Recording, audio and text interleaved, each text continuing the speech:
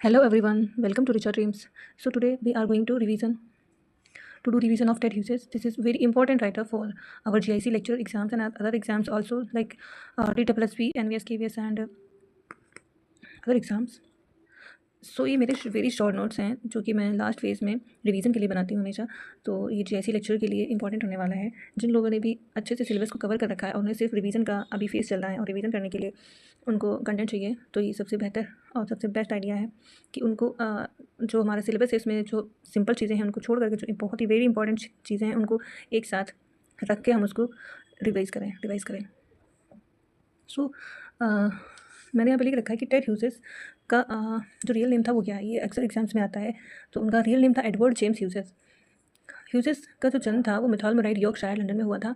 Ted Hughes poet laureate बने 1984 से 1998 तक।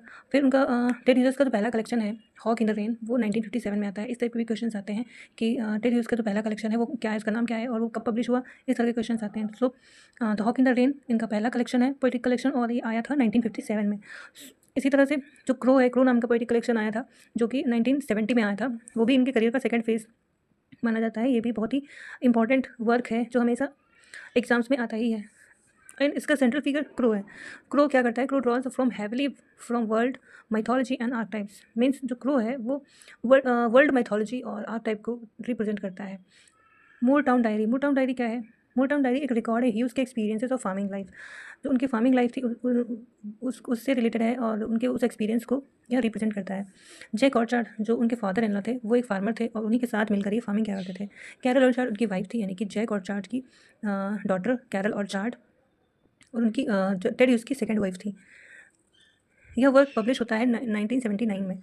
Tales from Ovid, it is based on Metamorphosis. Ovid's Metamorphosis पे based है। Tales from Ovid won Whitbread Book Award, यह इनका last major work है।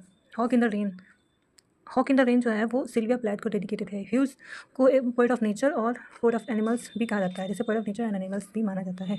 तो इधर मैंने कुछ इनके other important writers other important works हैं जो मैंने इंक्लूड कर रखे हैं, बट इनको बहुत ही एक्सपेंडेड वे में पढ़ने की जरूरत नहीं है। हमें इनका बस थीम और पोएम्स का नाम पढ़ने की आवश्यकता है। हॉक रूस्टिंग क्या है? हॉक रूस्टिंग जो है वो पावर और डोमिनेशन को शो करता है। पावर एंड डोमिनेशन को हॉक रूस्टिंग शो करता है। मतलब इसकी थीम जो है वो क्या है? Power and domination, hawk roosting की। द जैगवार भी एनर्जी और फ्रीडम को शो करता है। इसकी थीम क्या है? Energy and freedom, the jaguar. The thought fox भी एक पोइटिक इंस्पिरेशन है। Poetic inspiration thought fox. Wind power of nature. Crow first lesson myth of creation.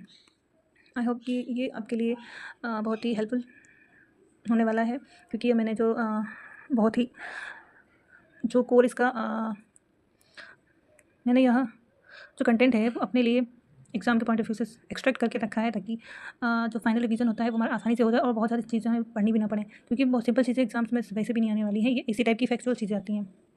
Thank you so much. Bye bye. मिलते हैं next video में।